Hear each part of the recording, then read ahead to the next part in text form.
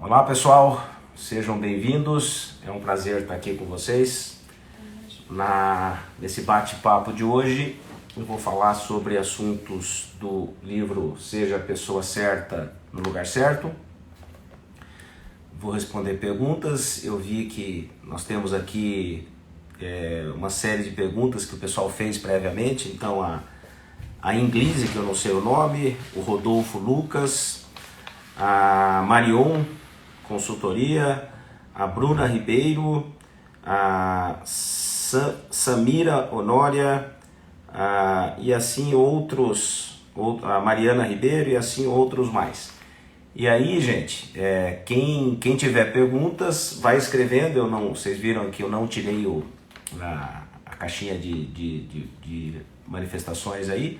Conforme eu for falando ou eu for respondendo aqui as perguntas, vocês fiquem à vontade para participar, para perguntar, que dentro do possível eu vou procurar atender todo mundo. Então vamos lá. Como eu estou falando do seja a pessoa certa no lugar certo, e é a pergunta de $1 milhão, né? Como é que eu sei que eu sou a pessoa certa? Como é que eu sei que eu estou no lugar certo?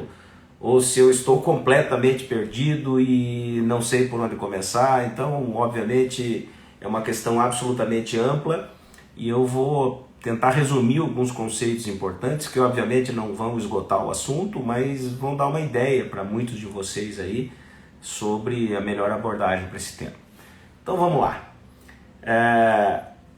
O ponto mais importante para a gente achar o lugar certo é a definição de pontos fortes, pontos fracos e pontos limitantes. Todos nós temos alguns pontos fortes, temos centenas, se não milhares de pontos fracos, e nós temos alguns pontos limitantes, e esses pontos limitantes podem colocar tudo a perder. Então vamos começar sempre pela parte boa, pela parte mais agradável. Vamos começar pelos pontos fortes. O que é um ponto forte na vida da pessoa? Depois eu vou falar dos pontos fortes profissionais.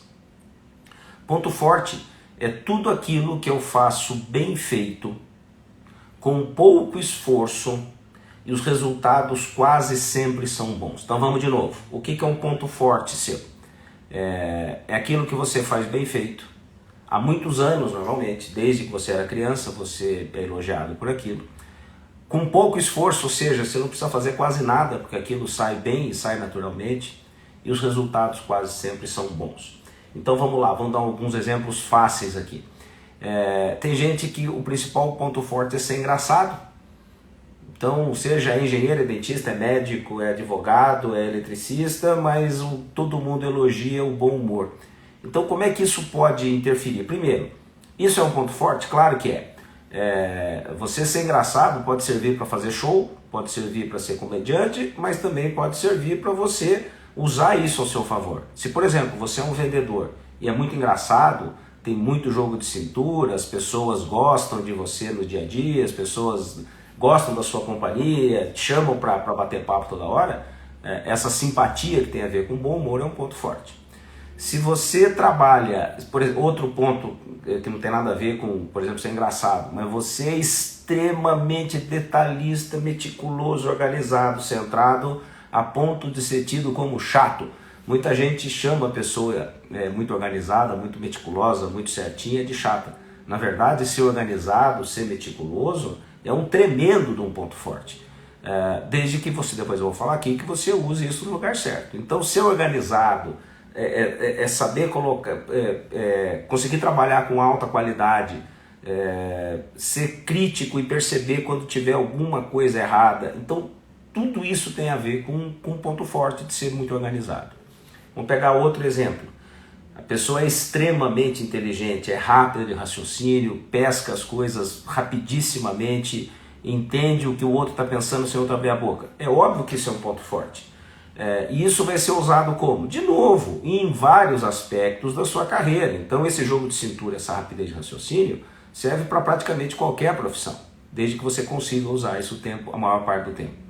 Então vamos lá, outro ponto forte, você é extrovertido, sociável, animado, se dá bem com o estranho. É claro que isso é um ponto forte.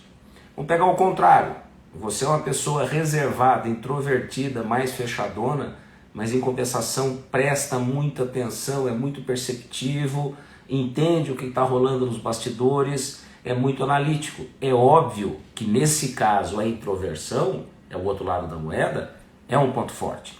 Vamos pegar outro exemplo. Você é extremamente, vamos chamar de ponto fraco, não é? Você é extremamente rápido, você é impaciente. Isso pode ser um ponto forte? Claro. Senso de urgência, velocidade, agilidade, não consegue sossegar, tem fogo no rabo, o tempo inteiro procurando resolver as coisas, não deixa um e-mail sem responder, não deixa o cliente sem dar retorno. Quando o chefe pede alguma coisa, a pessoa se antecipa e já está fazendo, não consegue esperar outro dia. É óbvio que isso é um ponto forte. Mas vamos pensar o contrário. A pessoa, você é extremamente calmo, tranquilo, paciente. Isso é um ponto forte? Sim, desde que você use no lugar certo. Existem trabalhos que são quase trabalhos de artista. Você precisa ter paciência, você precisa esperar o tempo certo, a maturidade do projeto, a análise que está sendo feita. Então esse ritmo mais lento, mais paciente, mas consistente, funciona absolutamente bem em algumas profissões. Outro ponto forte, você tem um tremendo jogo de cintura, uma flexibilidade mental que consegue se adaptar em qualquer circunstância, em qualquer lugar, de qualquer jeito, com qualquer pessoa, em qualquer estado, em qualquer cidade e muitas vezes em vários tipos de negócios diferentes. É óbvio que isso é um ponto forte. Então vamos de novo. O que é um ponto forte? É tudo aquilo que eu faço muito bem feito, com pouco esforço. Agora, ele só é um ponto forte se você conseguir usar esse ponto forte 50%, 60% do tempo no seu trabalho. Então deixa eu dar um exemplo. Se você é uma pessoa extremamente extrovertida, sociável, se dá bem com todo mundo gosta de você, e você trabalha como analista de crédito, estou dando um exemplo extremo aqui, ou seja, você é pago... Saiu, agora voltou. Você é pago para ser concentrado... Tá, voltou. Vamos de novo. Se cair de novo, talvez eu tenha que sair e voltar, mas vamos lá. Então, vamos de novo. Se você é uma pessoa que é absolutamente extrovertida e trabalha no lugar onde você é obrigado a ficar quieto, você está no lugar errado, você não está usando seus talentos. Ou se você é uma pessoa com extremo jogo de cintura, com enorme flexibilidade, mas trabalha no lugar onde você tem que ser certinho, seguir prazo, a criatividade inclusive é punida, você não é pago para ser criativo, você é pago para executar, você está no lugar errado, você não vai conseguir usar isso como ponto forte.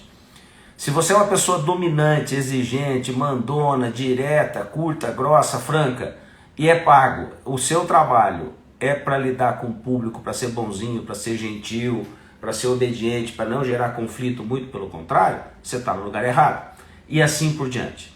Então vamos de novo, ponto forte é aquilo que eu faço bem, naturalmente, com pouco esforço.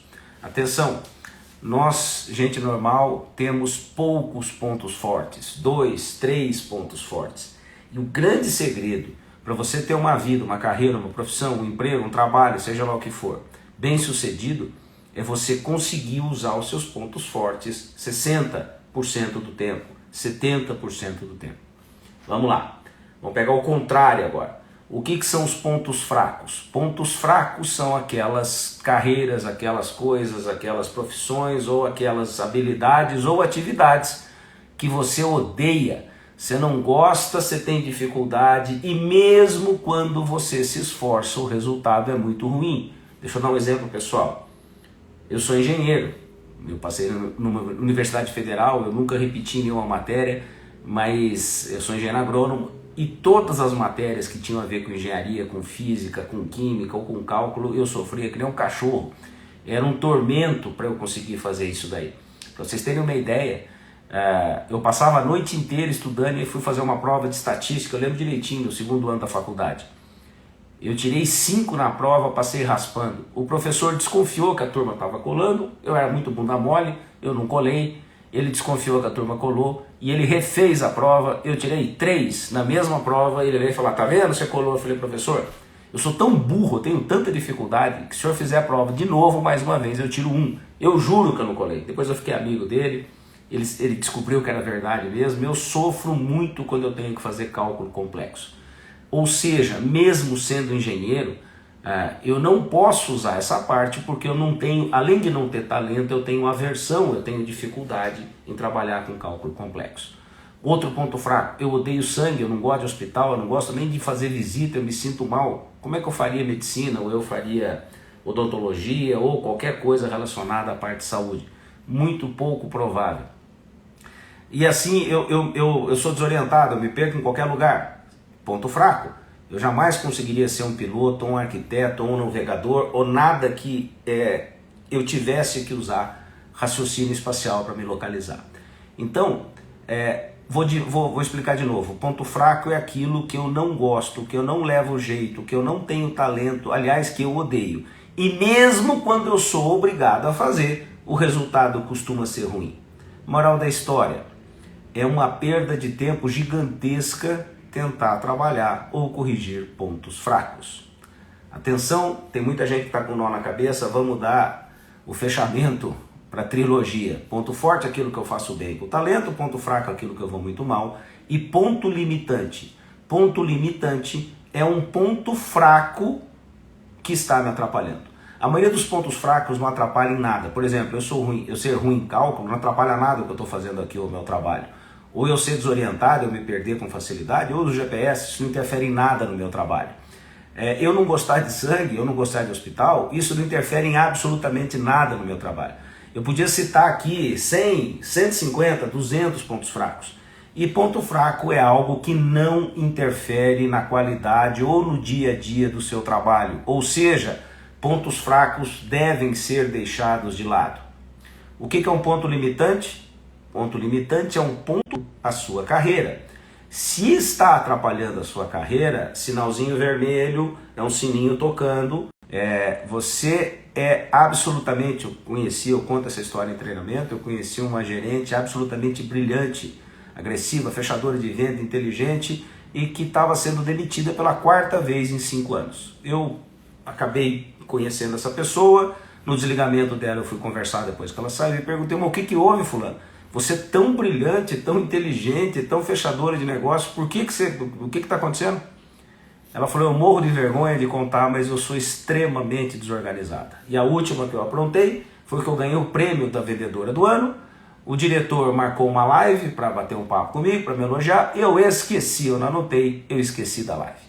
Eles foram pegar minha ficha, viram lá que eu atraso o relatório, que a minha equipe é meio bagunçada. Eu gosto de fechar negócio, mas eu sou extremamente desorganizada. Moral da história, ser desorganizada não é um ponto fraco. Ou seja, não é uma coisa que não atrapalha a carreira dessa pessoa. É uma coisa que está destruindo a carreira desta pessoa.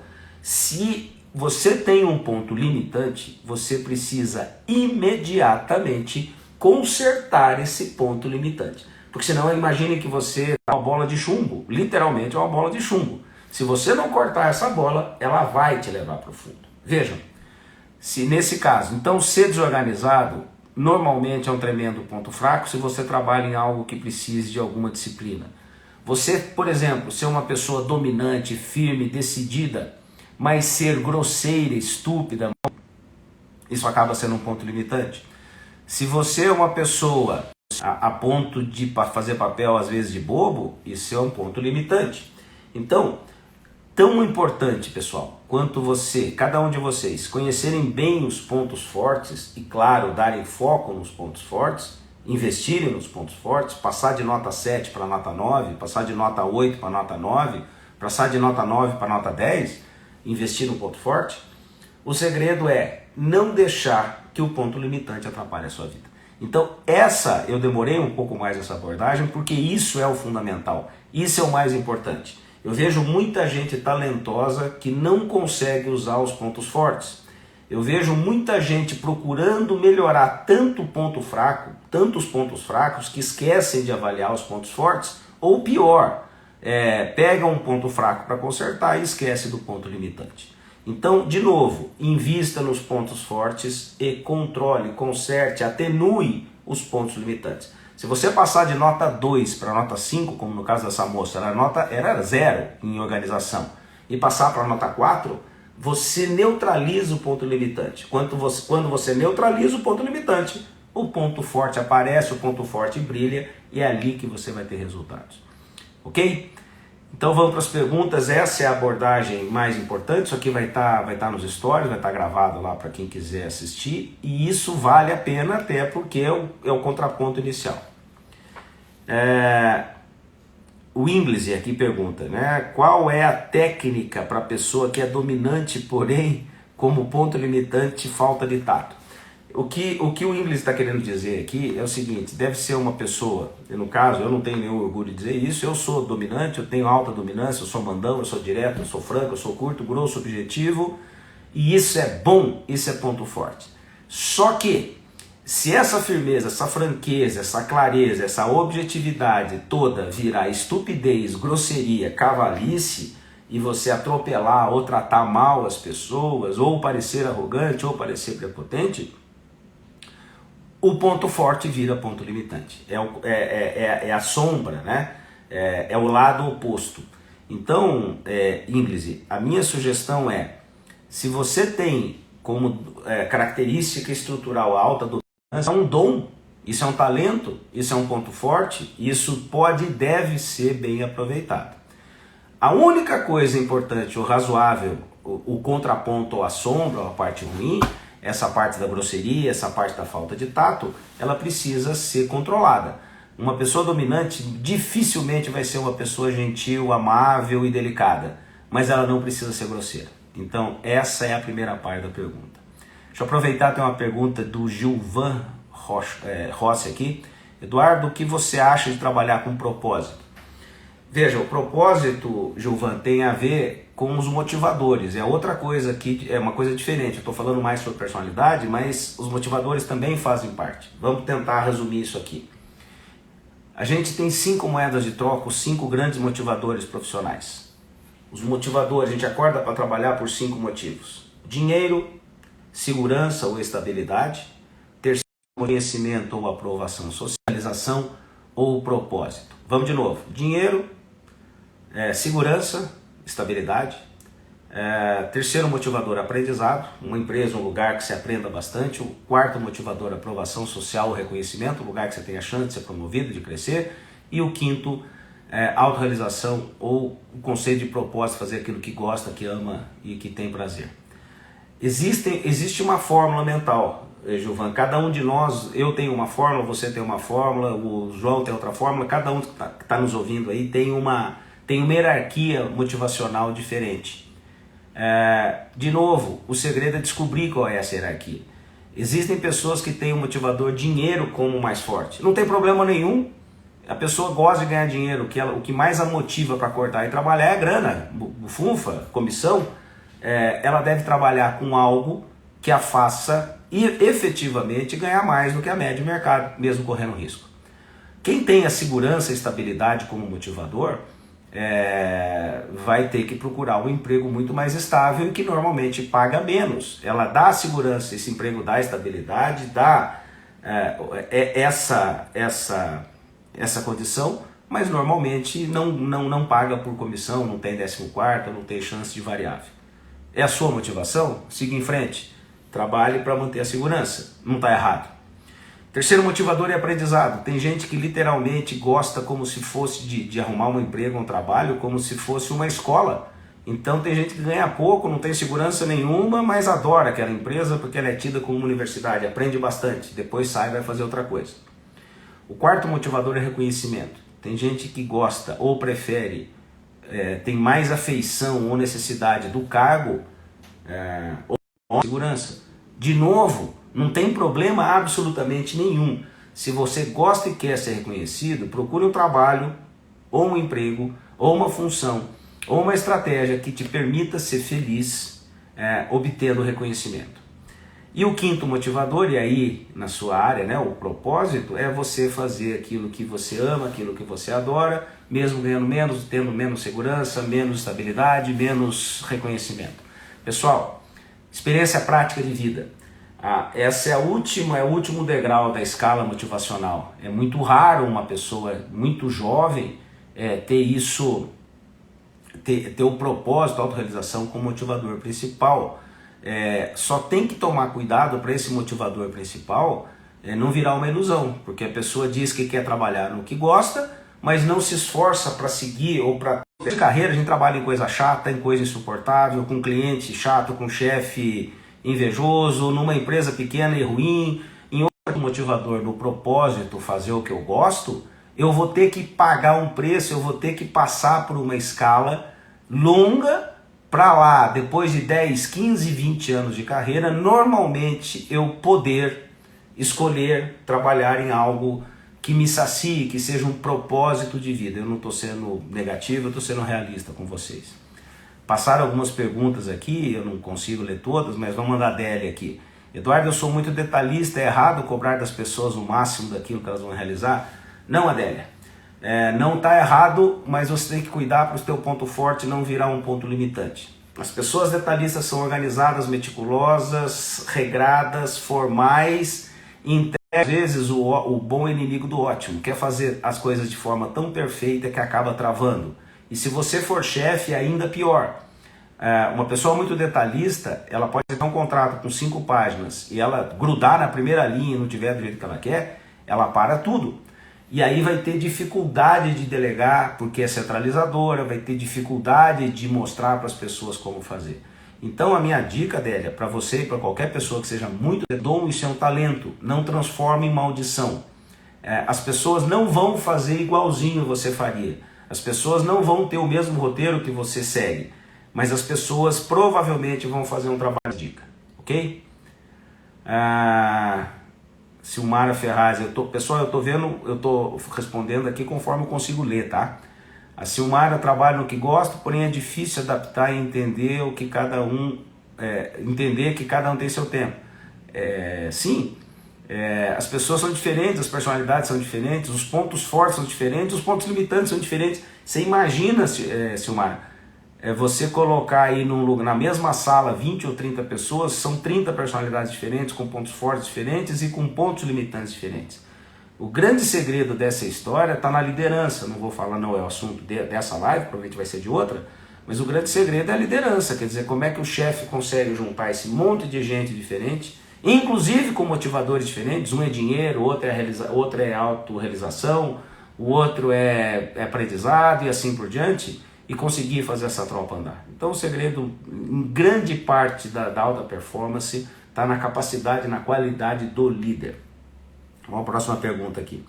O Rodolfo Lucas aqui, ele pergunta: pessoa que possui estabilidade alta, conservador, se adequa melhor ao serviço público ou no serviço privado? Veja, você ter estabilidade alta, você ser uma pessoa paciente, você ser uma pessoa calma, você ser uma pessoa tranquila, não quer dizer que você seja uma pessoa acomodada, muito pelo contrário. A pessoa com estabilidade alta, ela vai de São Paulo a Cuiabá via Londres. Ela demora, estou brincando, falando sério. A pessoa vai de São Paulo a Cuiabá a 70 km por hora, mas não para nem para tomar água. É o estilo. São as pessoas mais consistentes, mas com ritmo lento. Então, Rodolfo, tudo que tiver relação com estabilidade, com conservadorismo, com fazer coisas parecidas todos os dias e não se aborrecer por isso, realmente uma pessoa com estabilidade alta, por exemplo, trabalhar em serviço público. Aqui a Marion pergunta, né? Eu sou zootecnista, estou começando a minha empresa de consultoria e não tenho experiência em gestão de pessoas. Vamos lá. Pessoal, existe um tempo para a gente obter excelência em alguma coisa. Então vamos lá. Se você quer ser muito bem sucedido, primeiro, encontre os seus pontos fortes. Isso é fundamental, você saber o ponto forte e investir num ponto forte. Só que investir num ponto forte não quer dizer que você vai ser bem sucedida. Para isso dar certo, para a sua carreira dar certo, para a coisa andar, você vai ter que trabalhar, você vai ter que passar de nota 9 de nota 7, por exemplo, se é um ponto forte, para nota 9. É ali que você começa a ganhar dinheiro, é ali que você começa a ficar famoso, é ali que as pessoas começam a querer trabalhar e gostam de você.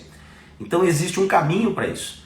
A gente precisa, né, a teoria do Erickson, a gente precisa de no mínimo 10 mil horas de prática deliberada para começar a atingir a excelência em algum aspecto específico.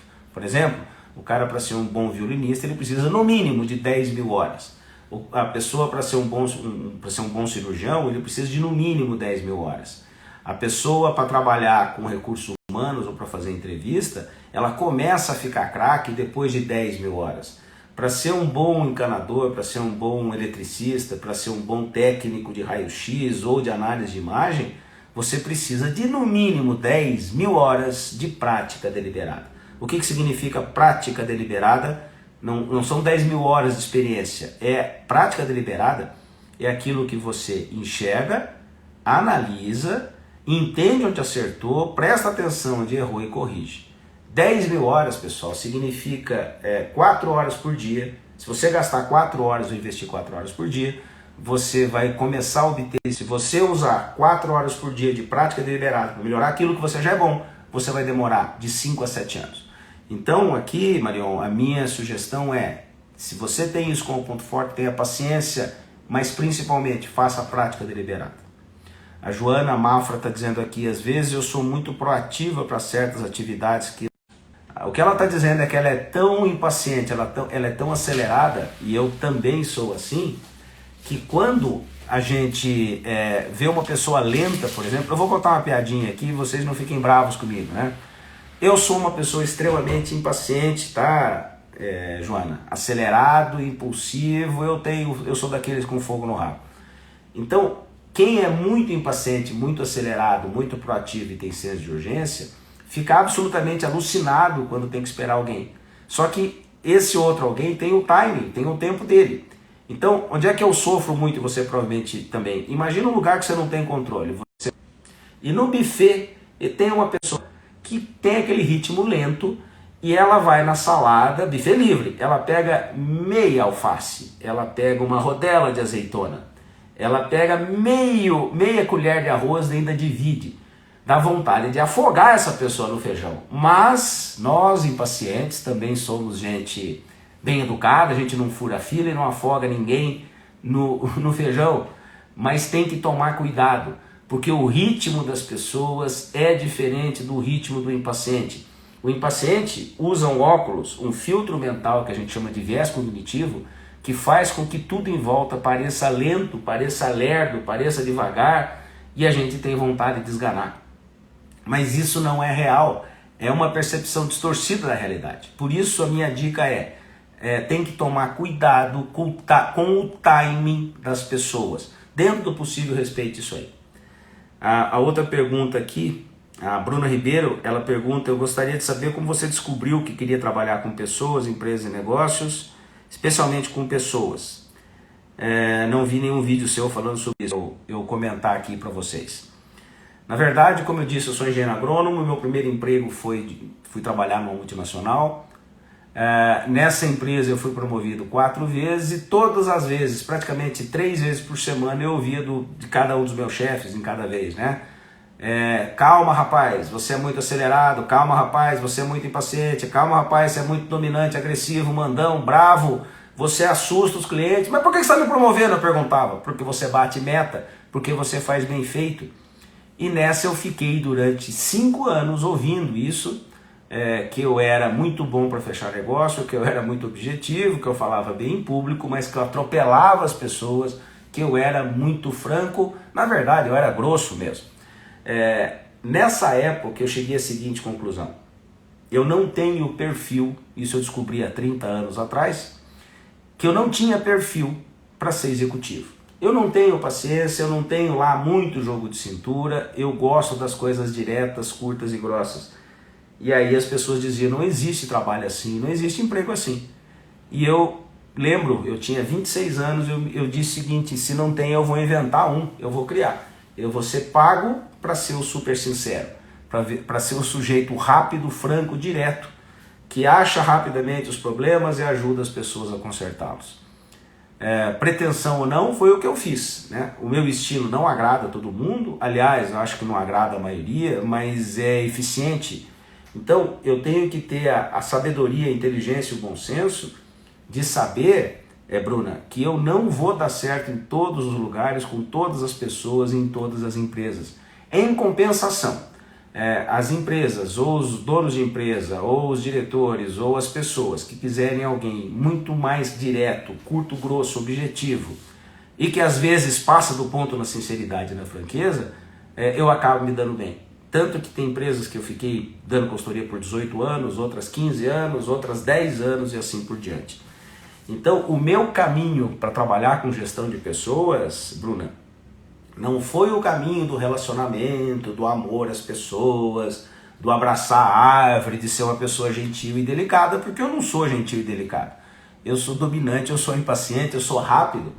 E eu procurei usar de toda essa franqueza, dessa rapidez, dessa objetividade, primeiro, tentando evitar ser grosso, ser estúpido, né? De gerar menos medo nas pessoas. Segundo, usar essa capacidade, porque é um talento, para acelerar as coisas, para ser direto, para fazer as coisas bem feitas, sem muito tato, cá entre nós, sem muito jeitinho. Eu era muito mais exagerado, eu era muito mais direto do que eu sou hoje, mas ao mesmo tempo ganhando o respeito e autoridade das pessoas, porque honestidade intelectual, clareza, sinceridade, as pessoas percebem.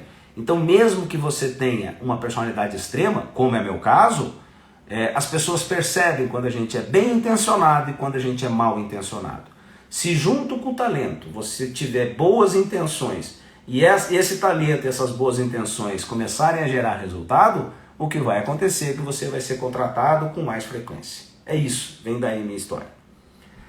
A Samira Honória diz o seguinte: trabalho, não saio do lugar. Será que você poderia abordar esse assunto fazendo na live? Vamos lá, Samira. Eu vou ter que tomar cuidado com o que eu vou falar, com o super sincero aqui, mas as pessoas muitas vezes, nessa comparação de Facebook, de Instagram, de internet, né? A pessoa com 6 mil dólares por mês tirando foto em Paris, a pessoa trabalhando ou pescando quarta-feira porque ela trabalha naquilo que ela ama. Pessoal, 98% disso é conversa mole para boi dormir. Isso não é verdade, isso não é real. Eu tenho 35 anos de experiência profissional. O que eu posso dizer para vocês com sinceridade é que não existe bala de prata. Não existe um livro que vá mudar a sua vida sem você fazer esforço. Não existe um treinamento, nem um guru, nem nada disso que mude a sua vida. Quem muda a vida da gente é a gente. Mas isso demora.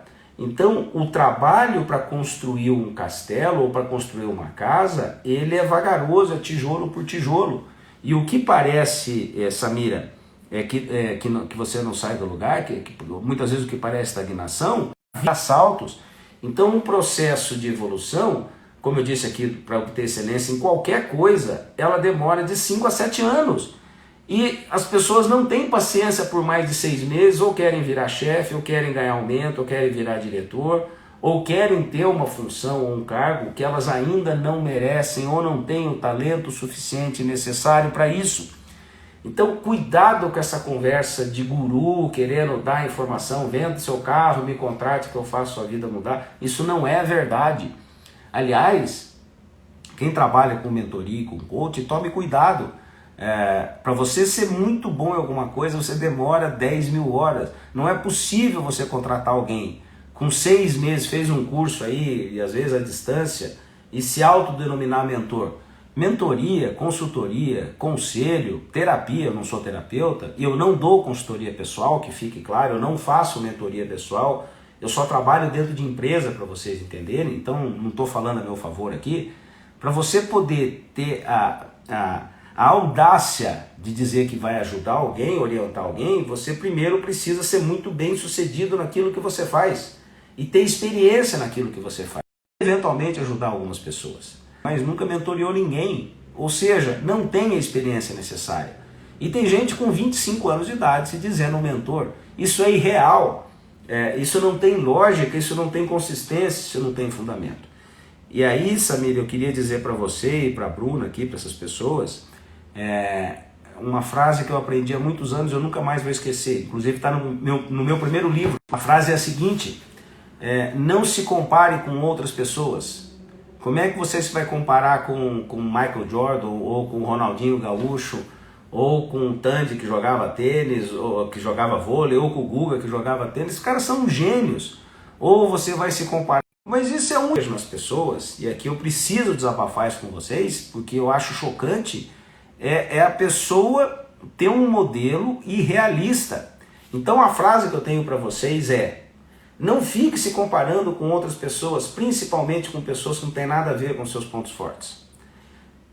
Você precisa se comparar com quem você era ontem. A boa comparação é: eu hoje, comparado comigo há 5 anos atrás, o que eu evoluí, o que eu cresci, o que eu aprendi. Na próxima comparação, procure fazer o seguinte: daqui 1 ano como é que eu vou estar? Ou daqui 2 anos, o que eu melhorei? Ou o que eu preciso hoje, no meu presente, para melhorar o meu futuro? Isso é uma comparação justa. Você precisa ser melhor que você. Você daqui 1 ano precisa ser melhor do que você hoje. Você daqui 5 anos precisa ser muito melhor do que você é hoje. E não fique se comparando com pessoas que não têm nada a ver nem com a personalidade, nem com os pontos fortes, nem com os talentos e nem com os pontos limitantes. Então isso é uma tremenda de uma manipulação em muitos casos. A pessoa se comparar algo: eu fiz isso, eu fiz aquilo, a minha personalidade é extrema. Eu tenho fãs de vocês, o que eu passei ninguém passou, de bom e de ruim, de certo e de errado. Então não, vou repetir aqui, não se compare com pessoas que não tenham nada, rigorosamente nada a ver com vocês. Se você quiser admirar alguém, um ídolo, uma pessoa acima fora de série, uma pessoa muito honrada, muito inteligente, ou muito brilhante, ou muito bom esportista, admire, aplauda, pode até sentir inveja, faz parte. Puta, eu queria ser esse cara, mas não vou ser nunca, não tem problema nenhum a gente admirar e até invejar pessoas, ou aquela invejinha do bem: puxa, se eu tivesse essa sorte, se eu fosse como a fulana. Isso é bom, isso é normal, ter algumas referências ou ter alguns ídolos, né? Agora, não queira comparar desempenho pessoal de com melancia e querer achar que isso tem alguma coisa a ver. Não tem nada além de serem frutas. Escreveu o seguinte: tenho personalidade forte sem parecer rebelde. Leandro, existe uma coisa que chama autoridade moral. Autoridade moral não tem a ver com o cargo, ou não tem a ver com ser político ou ter dinheiro. A autoridade moral vem do fato. A autoridade moral é composta por 4 pilares: profissionalismo, entregar bem feito, sempre, sem ninguém mandar. Terceiro, credibilidade. E quarto, experiência. Quando você tem bom conhecimento, você tem alto grau de profissionalismo, você é uma pessoa com alta credibilidade e tem uma certa experiência, já passou das 10.000 horas, aí, Leandro, você pode se impor sim, você pode dizer sim, porque as pessoas vão olhar para você e vão dizer, e vão pensar ou vão dizer o seguinte: poxa, o cara é meio arrogante, o cara é meio grosseiro, o cara é meio bravo, mas o cara tem razão no que está falando, vamos prestar atenção. Agora, quando você não tem autoridade moral, o que fica é um ato de rebeldia. Parece um bobo alegre muitas vezes. Eu estou dizendo porque eu era assim, né? Com 22 anos de idade, eu queria dizer para as pessoas com 50 como é que você tinha que fazer um projeto, um relatório, sem ter menor experiência. Eu não tinha autoridade para isso. Você não tem autoridade, mesmo que você tenha razão, você não vai conseguir impor respeito. Você no máximo vai parecer um bobo ou um rebelde, como você disse. Ok? O Luiz aqui: ande com leões para ser o leão, o máximo que você vai conseguir é ser comido. Não tem problema nenhum ser leão, não tem problema nenhum ser gato, nem macaco, nem jaguatirica. A minha opinião, tem pessoas em que você possa aprender alguma coisa. Esse é o bom movimento. Agora, bichos muito diferentes não se misturam, ok?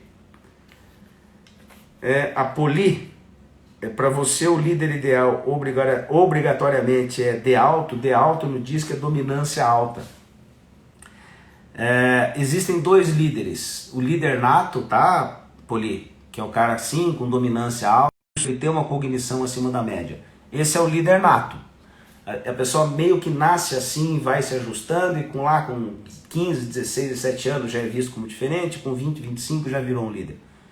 O único problema é 1 caso em 1 milhão, assim, tá? Você ter essa pequena combinação de dominância alta, bem alta, estabilidade baixa, bem baixa, cognição acima da média, ser muito inteligente e ainda assim não se perder no caminho, é uma combinação muito rara. E para as pessoas que não são assim, como é que faz para ser um líder? Não é obrigatório ter dominância alta, tá? O que você precisa ter são ótimas atitudes, como por exemplo aquilo que eu acabei de comentar de ter autoridade moral. Vou repetir, autoridade é aquela postura, é aquela tacho e é ouvido porque as pessoas respeitam. A autoridade vem de 4 coisas, vou repetir aqui porque isso é importante. Conhecimento sobre aquilo que você está fazendo, credibilidade e experiência. Quando você tem essas 4 coisas, você pode ser sim um tremendo de um líder, mesmo não tendo uma dominância alta, ok? Leandro, será que é outro Leandro? Eu acho que é. Tem personalidade forte, esse aqui ele já falou. E aí o Sandro, sou organizado, faço as tarefas com qualidade, porém gasto muito tempo para finalizar. O que fazer? Veja, Leandro, se você for um artista, por exemplo, um pintor renascentista ou um pintor futurista, sei lá o que for, e você é pago por qualidade e não por tempo, ok. Meticuloso, detalhista, organizado e fazer. Agora, se você trabalha numa empresa, se você tem metas, se você tem prazos, eu acho que você deve ter, tome cuidado, porque o excesso acaba atrasando e você acaba sendo reconhecido sim como uma pessoa organizada, mas lenta. Isso pode ser um ponto limitante para a sua carreira. Então, a minha sugestão é, comece a pensar serissimamente em não ser tão... Você pode travar o processo. Mesmo que não fique 100% perfeito, vai te ajudar muito a ter melhores resultados. Bom, acabaram as perguntas que eu tinha aqui, agora vamos ver o que o Vargas está perguntando. Eduardo, você teria dicas de como ter mais coragem? Depende da coragem. Se for falta de juízo, eu digo que não. Falta tem muita gente que diz que ter coragem é o cara ser entrão. Eu vou ser claro e vou ser sincero aqui com vocês. Eu sou extremamente dominante, sou impaciente, só que eu nunca fui um sujeito arrojado, por exemplo. Eu nunca fui de me enfiar, eu não sou empreendedor, por exemplo. Eu não tenho coragem para ser empreendedor. Eu não gosto de lidar com risco. Então, nesse caso aqui, o que você chama de coragem, eu sou um bunda mole, porque eu não gosto de ser empreendedor, eu não gosto de correr risco. Inclusive, eu sou conservador na minha vida, com investimento, com viagem, com análise de risco. Então, mas eu estou muito bem resolvido sendo conservador como eu sou, tá, Vargas? Agora, se você chama de mais coragem, você enfrentar situações difíceis, ou de você não ser tão submisso, ou de você não ficar calado em situações injustas, aí isso é outra conversa. E como é que isso vem? Um passo de cada vez. Ninguém ninguém anda 2.000 quilômetros num pulo. Não existe, de novo, não existe bala de prata. O processo de crescimento e de evolução, ele é lento, mas ele é corajoso. Coragem não significa ser ousado, ou se enfiar e arrumar conflito, ou perder tudo que tem, inclusive o emprego, por falta por excesso de agressividade. Na minha opinião, coragem é você admitir quem você é, inclusive os seus pontos limitantes, e melhorar um pouquinho, a cada semana, um pouquinho a cada mês. Esse processo demora de 5 a 7 anos para efetivamente gerar uma mudança de ciclo, ou seja, a virada de chave, mas não é. Então, é o que você chama de coragem ou qualquer coisa parecida, ou excesso de timidez, alguns podem falar, ou ser muito lento, ou ser muito agressivo. Isso é um processo que a gente demora alguns anos, mas é um passo a passo que a gente tem que começar algum dia, de preferência hoje. Aí uma pergunta do Elmar aqui. Perco a paciência quando colegas vão explicar algo para mim e concluo que ele vai dizer... eu também tenho esse pequeno defeito, né? A gente atropela as pessoas, a pessoa nem terminou de perguntar, a gente já está respondendo. Isso é ansiedade, isso é característica de pessoas com baixa estabilidade, pessoas impacientes, ansiosas demais. O que eu posso dizer, Moura? é uma coisa que a gente tem que mudar aos poucos, né? Então a gente tem que contar, quando a gente tem vontade de atropelar, eu conto até 5, até 10 não dá tempo. Eu conto até 5 e evito, né, responder. Tem alguém que está dizendo que eu conheço alguém assim, na verdade é minha mulher que está falando que eu sou assim, tá? Porque eu sou mesmo. E eu não tenho o menor orgulho de ser atropelão. Então a dica que eu me dou é a que eu vou dar para você. Aos poucos, comece a prestar atenção no mau efeito que essa atropelança causa na percepção das pessoas. Se você conseguir controlar um pouquinho por dia, na soma dos meses, na soma dos anos, você vai ser o melhor ouvinte. Ok? Bom, pelo jeito acabaram as perguntas aqui. Eu não tinha combinado isso, mas 2, 3 avisos importantes. Então, o primeiro, eu não estou fazendo isso aqui para vender livro, tá, pessoal? Isso aqui é utilidade pública, eu acho.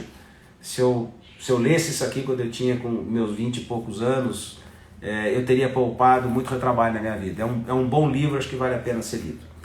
O segundo é que, de tanto vocês me cobrarem, pode parecer esquisito, mas eu sou um sujeito introvertido, eu sou um cara reservado, eu sou um cara mais fechado. Você vê, eu consigo falar bem em público, eu consigo me expressar bem, eu tenho noção disso, mas eu sou um sujeito reservado, eu sou um sujeito quase tímido, eu sou introvertido. Então eu tenho sim uma certa dificuldade de fazer essas lives, às vezes me dá preguiça, às vezes, puta, mas o que eu vou falar? Será que vai ter gente interessada? O nome do livro aqui é esse meu livro aqui, Seja a Pessoa Certa no Lugar Certo. Então eu estava dizendo aqui que eu muitas vezes tenho a dificuldade de ficar aparecendo todo dia, ou mostrar o meu lado pessoal, ou conversar com frequência. Eu só consigo fazer isso trabalhando, é a coisa mais engraçada. Na minha vida pessoal eu sou um sujeito extremamente reservado. Eu converso com qualquer um, eu dou palpite, eu oriento, eu dou conselho, eu me enfio na vida dos outros sem o menor problema. O que eu vou fazer daqui pra frente, então, 2 notícias que eu acho que vocês vão gostar. A primeira, aguardem aí, acompanhem aí o meu Instagram, eu vou abrir um grupo no Telegram e para responder perguntas com mais frequência. Então eu não preciso ficar gravando vídeo, eu consigo falar, né, diretamente no lado aqui para aparecer em imagem, não que eu não vá aparecer nos próximos dias, talvez amanhã, talvez depois de amanhã, gratuito obviamente, vocês vão poder entrar lá. É um grupo que vai ter assuntos exclusivos, eu vou responder perguntas, vocês mandam as perguntas por aqui, lá vai estar fechado. Eu vou responder as perguntas um dia por semana, ou eu vou gravar algum tema relevante de atualidade. Então, por exemplo, o que aconteceu nos Estados Unidos ontem, né, aquela invasão, minha opinião sobre isso, a opinião sobre a Covid, sobre as vacinas, se eu vou tomar ou se eu não vou tomar. Então eu vou me expor, eu vou me abrir um pouco mais nesses grupos fechados. Então acompanhem por aí. E o terceiro, acho que é um assunto relevante, que vai interessar alguns de vocês. Eu estou no processo final de desenho de um programa DISC, que eu vou chamar de DISC 360 graus, onde você não vai preencher o seu perfil e vai dar um resultado. Você vai preencher o seu perfil, vai ter um resultado, e outras 4 pessoas da sua confiança, que sejam sinceras, vão preencher como se fosse você, e aí vai ter uma média. Quem você acha que você é, como as pessoas te veem. Normalmente como as pessoas te veem é mais realista, tá, gente? É mais verdade, é mais sincero e é mais auspicioso para a carreira e para a vida, tá? Em mais 30 dias eu devo ter esse produto pronto. Repito, vai chamar DISC 360 graus.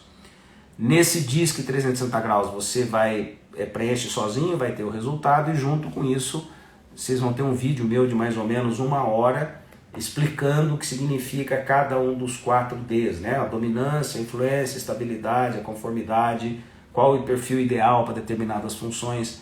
É uma coisa que me pedem há tantos anos que eu vou acabar fazendo. Então, são as minhas 2 promessas aqui antes de encerrar isso para vocês. Então a primeira é esse grupo no Telegram, que vai sair rapidinho, né?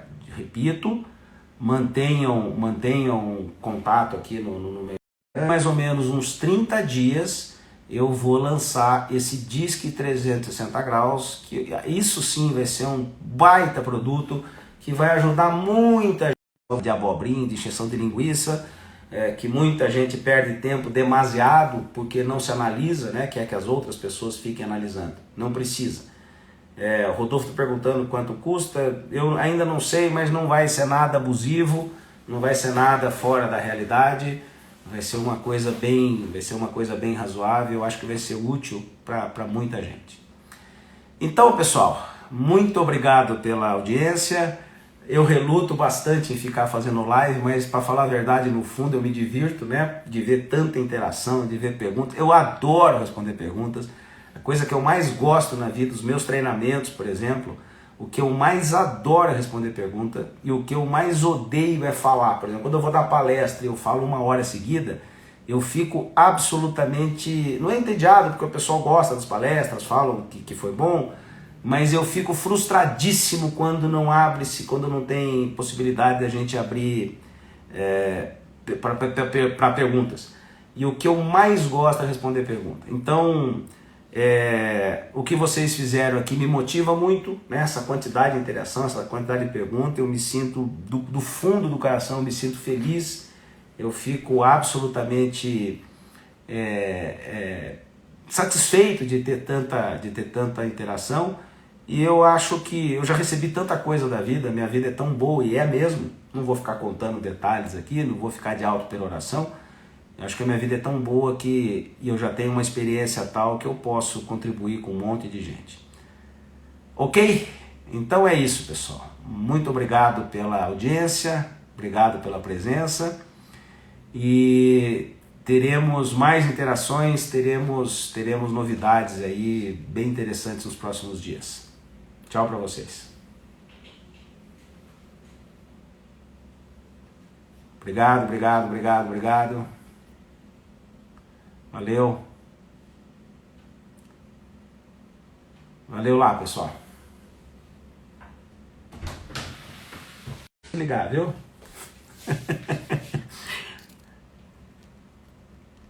Tchau.